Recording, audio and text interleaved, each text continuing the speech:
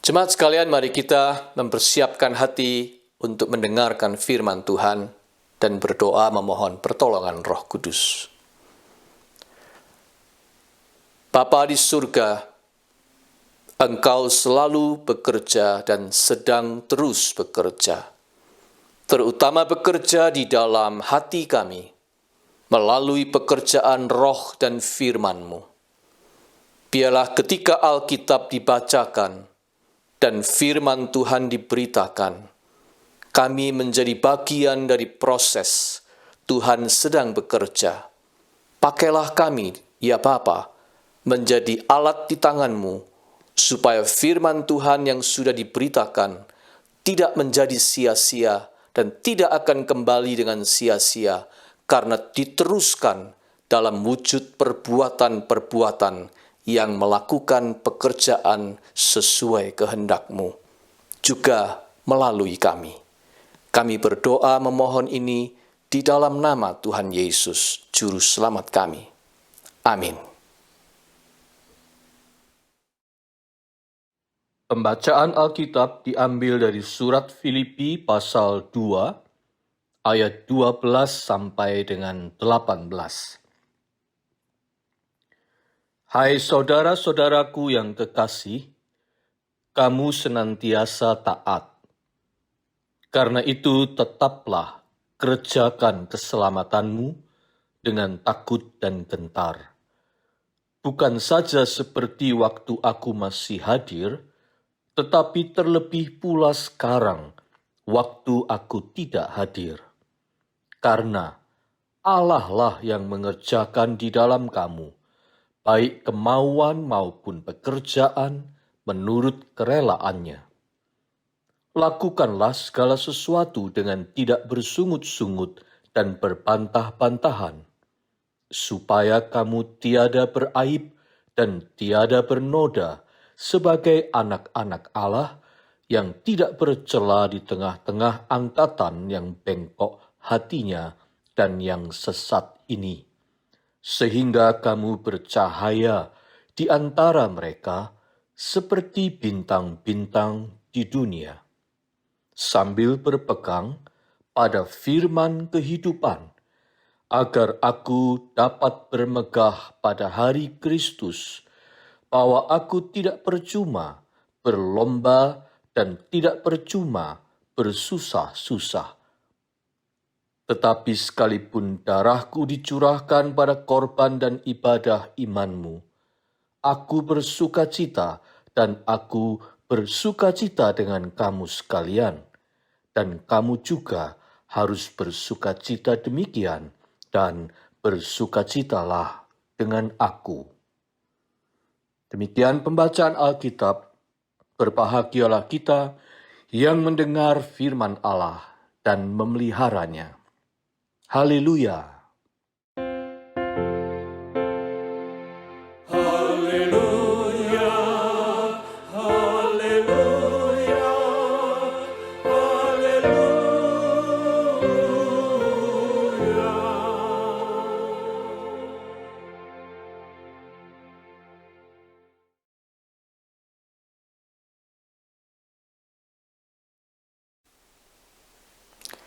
Saudara-saudara, hari ini kita kembali pada pembahasan tentang surat Filipi di bawah payung tema Christ's Work in Us, pekerjaan Kristus di dalam kita.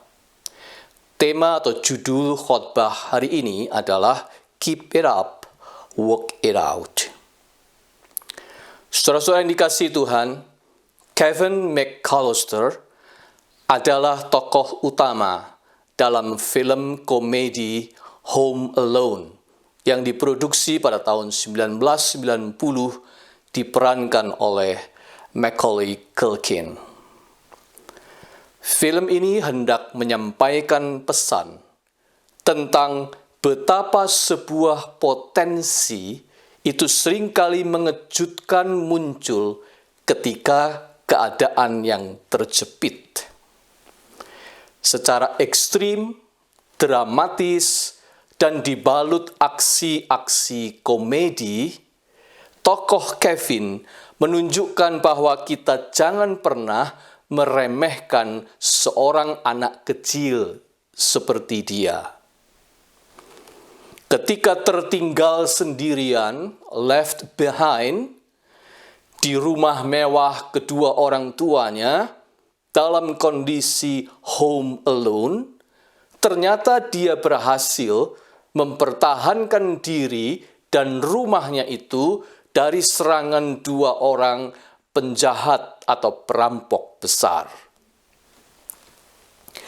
Malahan dia membuat kedua penjahat itu menjadi tidak berdaya dan buronan polisi ini pada akhirnya tertangkap. Saudara-saudara, dalam film itu ditunjukkan tiba-tiba bocah kecil berusia 8 tahun itu menjadi penakluk dua orang penjahat besar. Manusia di dalam dirinya mengandung banyak hal yang tidak terduga. Mengandung potensi yang menakjubkan. Menyimpan kekuatan yang tidak disangka-sangka.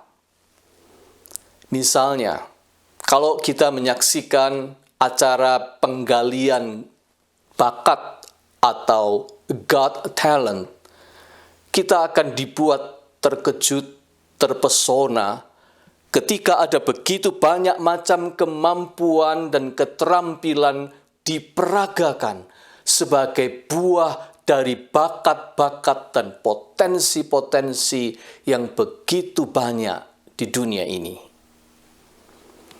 Kesan kita semula terhadap seseorang bisa tiba-tiba berubah setelah menyaksikan ia memperagakan kemampuannya itu. Sebab sosoknya yang semula yang kita lihat pada kesan pertama tidak menampakkan itu. Padahal di dalam dirinya terkandung sebuah potensi yang mempesona. Saudara-saudara, Rasul Paulus sebenarnya sangat merindukan untuk bertemu kembali dengan jemaat di kota Filipi.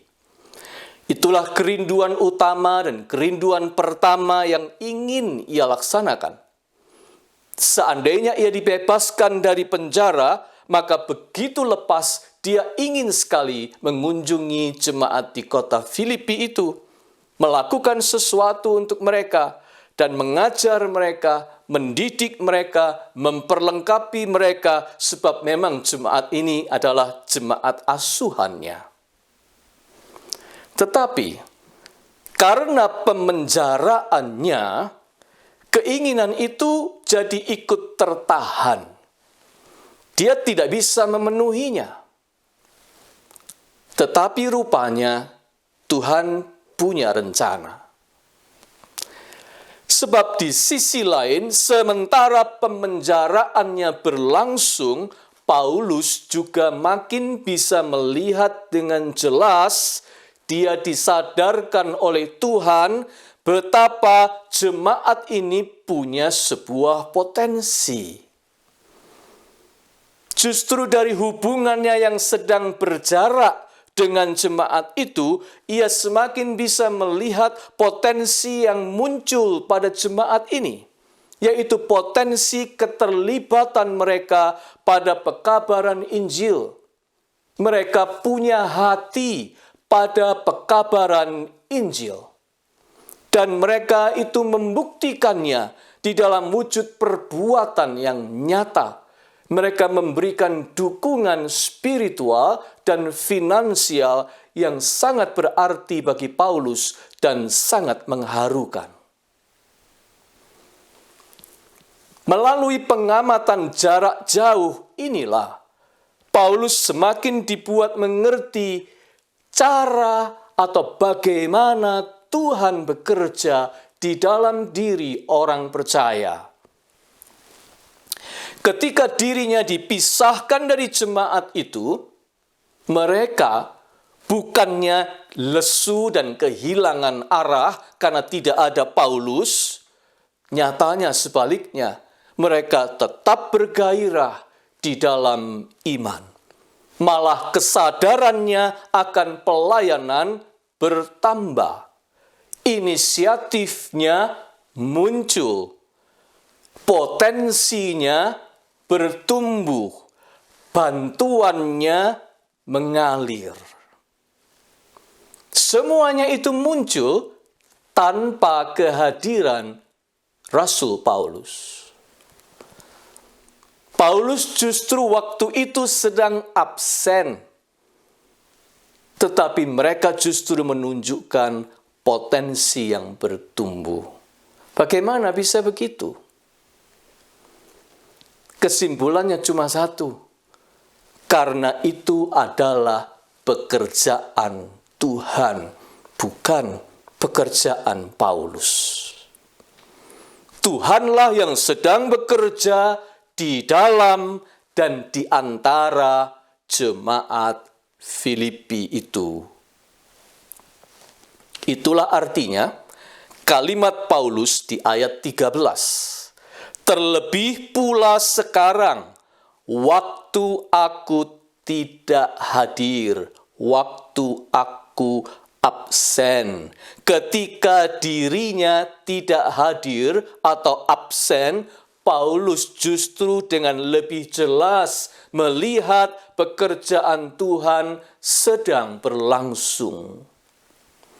Ketika umat Filipi itu sedang menjadi jemaat home alone, malah mereka memperagakan potensi yang mengagumkan, yang mengharukan, dan membangkitkan sukacita serta rasa syukur di dalam diri Paulus. Saudara, apa yang harus Anda lakukan ketika Anda menyaksikan suatu peragaan atau pertunjukan yang bagus sekali? Apa yang Anda harus lakukan? Ya, Anda cukup diam saja dan memperhatikannya dengan sungguh-sungguh, menikmatinya. Jangan lari sana, lari sini, jangan sibuk yang lain, cukup pandang saja dengan seksama peragaan itu, bukan? Itulah yang Tuhan kehendaki untuk Paulus lakukan. Di dalam penjara, ia menyaksikan pekerjaan Tuhan berlangsung di dalam jemaat Filipi. Dan hasil dari pengamatan Paulus dari dalam penjara itu adalah deep insight yang ia tuangkan menjadi rumusan yang berbunyi di ayat 13. Karena Allah lah yang mengerjakan di dalam kamu baik kemauan maupun pekerjaan menurut kerelaannya. Filipi 2 ayat 13. Bagi Paulus, Tuhan itu bekerja all out, bekerja from inside out. Tuhan itu betul-betul bekerja di dalam diri kita. Christ is working in us. Terjemahan Alkitab New Living Translation menuliskan dengan bagus begini. For God is working in you, giving you the desire and the power to do what pleases Him. Allah sedang bekerja di dalam kamu, memberikan kepadamu desire, kerinduan hati, dan the power, kemampuan untuk to do what pleases Him, melakukan yang menyenangkan hatinya. Mari kita perhatikan rumusan teologis yang amat mendalam dan amat penting ini bagi hidup kita. Yang pertama, saudara-saudara, Tuhan itu memberi kepada kita desire, keinginan, kerinduan hati. Sesuatu yang kita sukai untuk dikerjakan. Kita ini tidak mungkin mengerjakan semua hal di dalam dunia ini. Dunia ini terlalu luas, ada terlalu banyak pekerjaan. Terlalu banyak macam hal untuk dilakukan. Setiap orang diberi Tuhan jatahnya sendiri-sendiri. Apa yang harus dilakukannya. Itulah sebabnya Tuhan itu memberikan kepada kita sesuatu yang disebut desire, kerinduan hati yang akan membuat kita lebih condong untuk melakukan pekerjaan yang mana. Desire itu semacam kompas, penunjuk arah dari Tuhan. Ke arah situlah hati kita dicondongkannya. Sebab di situ ada pekerjaan yang Tuhan mau kita lakukan. Dengan kata lain, keinginan atau desire kita itu adalah perpanjangan tangan atau extension cord dari kerinduan hati Tuhan sendiri. Jadi, jika kita rindu Tuhan itu bekerja di dalam kita, jangan meremehkan atau mengabaikan desire yang ada di dalam hati kita. Sebab itu pemberian Tuhan, itu jarum penunjuk yang Tuhan berikan kepada kita. Oleh sebab itu galilah desire itu lebih dalam. Galilah sampai kita menemukan sesuatu yang memang kita betul-betul menyukainya atau kita suka melakukannya. Melakukannya dengan sukacita. We love to do that. Bahkan kita boleh saja menggalinya sampai jauh ke masa kecil atau ke masa muda kita. Apa-apa yang selalu membuat kita terpikat, apa-apa yang selalu menggairahkan semangat kita dari kecil, apa itu? Keinginan dan kesukaan apa itu? Itulah jarum penunjuk bagi desire yang Tuhan taruh di hati kita untuk kita itu tahu apa yang sebaiknya kita lakukan di dalam hidup ini. Desire, kerinduan hati adalah start atau permulaan yang penting untuk melakukan pekerjaan yang Tuhan perkenankan untuk kita. Tetapi masih ada dua lagi ukuran berikutnya. Yang kedua, saudara-saudara, Tuhan itu selain memberi desire, Dia memberi kita power, kemampuan, kekuatan, energi untuk melakukan sesuatu.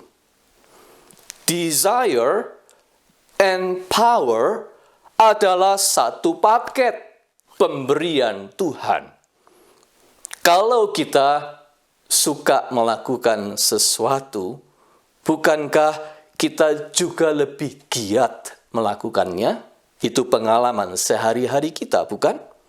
Makin suka, makin tidak kenal lelah kita. Seperti ada tenaga ekstra begitu. Kita dibuat heran, dari mana kekuatan untuk melakukan itu?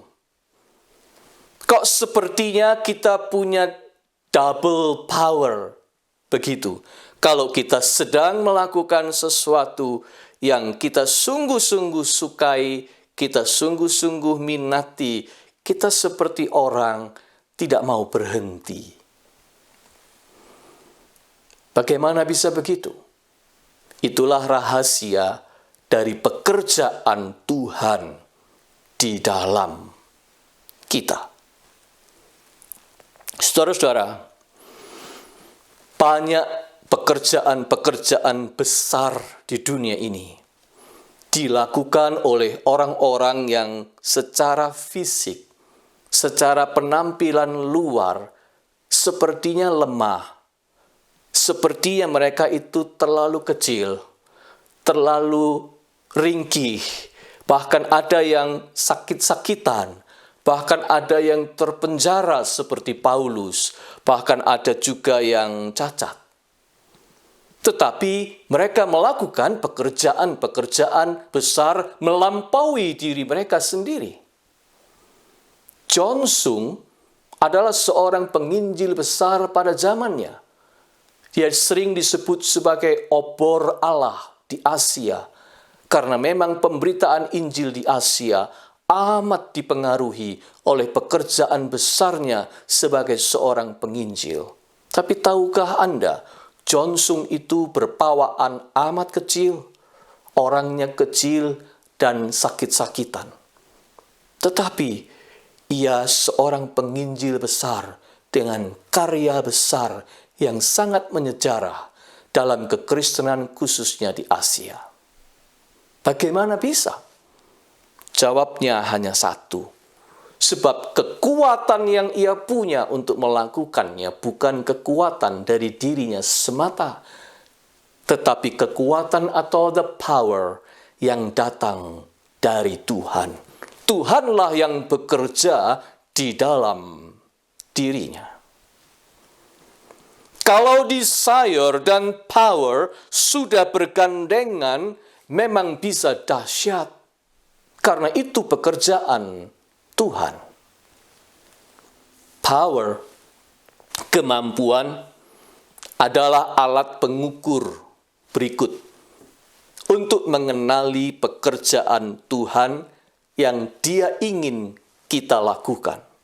Yang Tuhan ingin melakukannya melalui kita. Saudara-saudara, tidak cukup hanya desire atau kerinduan hati. Sebab yang namanya keinginan di dalam diri manusia itu ada banyak macam. Termasuk dalam keberdosaan kita, kita bisa punya keinginan-keinginan yang liar dan bahkan mungkin yang jahat. Artinya, tidak semua keinginan kita itu berasal dari Tuhan. Ada satu ukuran lagi yang kita harus terapkan di sini, yaitu apakah seiring dengan keinginan itu, seiring dengan kesukaan untuk melakukan sesuatu itu, kita memang diberikan secara positif talentnya. Kita diberikan kemampuannya, kita diberikan kecakapannya, kita diberikan kekuatannya, kita diberikan energinya untuk melakukan atau merealisasikannya. Sederhananya, bukan cuma kita mau, tetapi kita juga mampu. Bukan cuma punya sebuah kerinduan hati yang baik, tetapi kita mampu merealisasikannya dengan kekuatan yang Tuhan anugerahkan. Saudara-saudara, sebab jika itu benar-benar pekerjaan Tuhan di dalam kita, maka Tuhan pasti memberi kita kemauan plus kemampuan, at least potensinya ada pada kita. Sekarang ukuran yang ketiga. Apabila Kristus diam di dalam hati kita, apabila hati kita serahkan kepada Kristus, sejak dari dunia batin kita, inner life kita, Kristus sudah mengendalikan atau memegang kita dalam genggamannya. Dan kita siap untuk dipakainya menjadi kendaraan bagi pekerjaannya yang mulia. Begitu kita menyerahkan hati kita kepada Kristus, Kristus memegang kendali dan Dia siap memakai Anda dan saya untuk melakukan pekerjaan yang mulia di dunia ini. Saudara-saudara, Kristus memberi kita desire. Kristus memberi kita power to do what pleases Him. Itu adalah ukuran yang ketiga. Bukan cuma desire atau kerinduan hati, Dia juga memberi kita energy atau power, tetapi yang penting juga semua itu dipakai untuk memuliakan Tuhan. Itulah ukuran yang berikut. Kalau itu benar-benar dari Tuhan, maka itu pasti akan memuliakan Tuhan. Maka pekerjaan itu adalah hal yang menyenangkan hati Tuhan. Apa hal yang menyenangkan hati Tuhan itu? Pendeta Max Lucado pernah berkata, Allah memperlengkapi kita dengan pemberiannya supaya Dia dapat dikenal melalui kita. Pendeta Max benar. Tuhan itu mau dikenal melalui kita.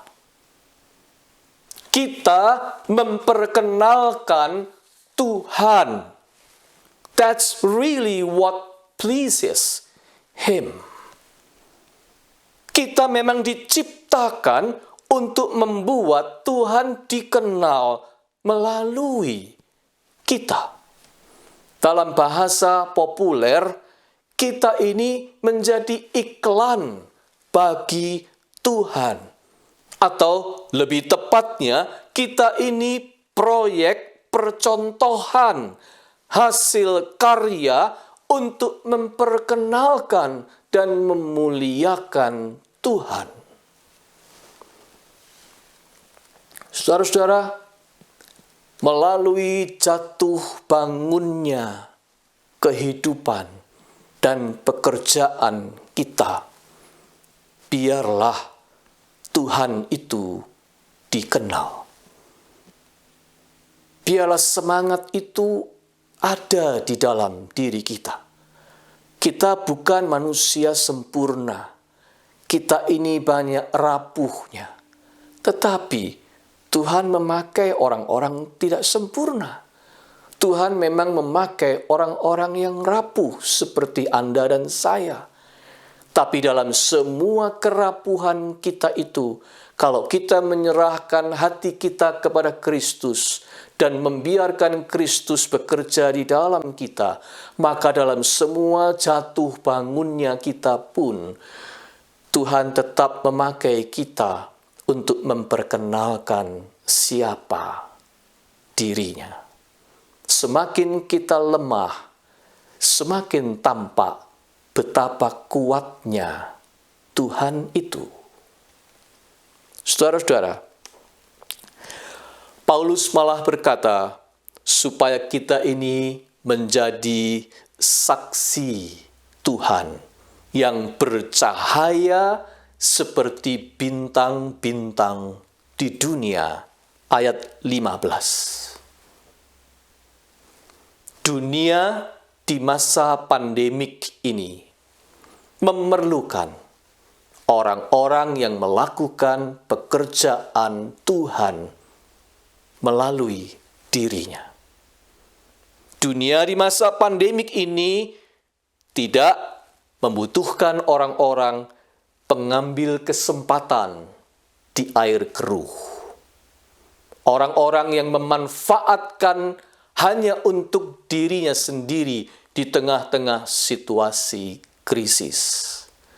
Dunia ini tidak membutuhkan orang-orang egois yang hanya memikirkan keselamatan dan keuntungannya sendiri dan tidak memikirkan keselamatan bersama. Dunia tidak membutuhkan orang-orang yang cuma ribut memperebutkan kedudukan di masa krisis ini. Melainkan, dunia ini membutuhkan orang-orang yang mau menjadi instrumen Tuhan, menjadi alat Tuhan untuk menghadirkan ketenangan, kesejukan, penghiburan, berita kebenaran, tetapi juga dorongan semangat, pemberi pengharapan, dan bahkan memberikan bantuan yang diperlukan bagi sekitarnya. Membutuhkan orang-orang yang melakukan pekerjaan Tuhan melalui dirinya. Saudara, jika kita adalah instrumen di tangan Tuhan, percayalah, pekerjaan itu bukan pekerjaan kita. Biola di tangan Antonio Stradivarius atau raket badminton di tangan Rudi Hartono pasti berguna. Jika hidup kita, hidup Anda dan saya di tangan Tuhan, Dia yang bekerja di dalam dan dari dalam kita, maka tidak ada hidup yang tidak berguna. Tugas kita hanyalah terus menyediakan diri bagi pekerjaan Tuhan di dalam kita itu untuk terus berlangsung. Paulus menyebutnya di dalam anjuran yang berbunyi begini, tetaplah kerjakan keselamatanmu. Keep it up. Work it out. Amin.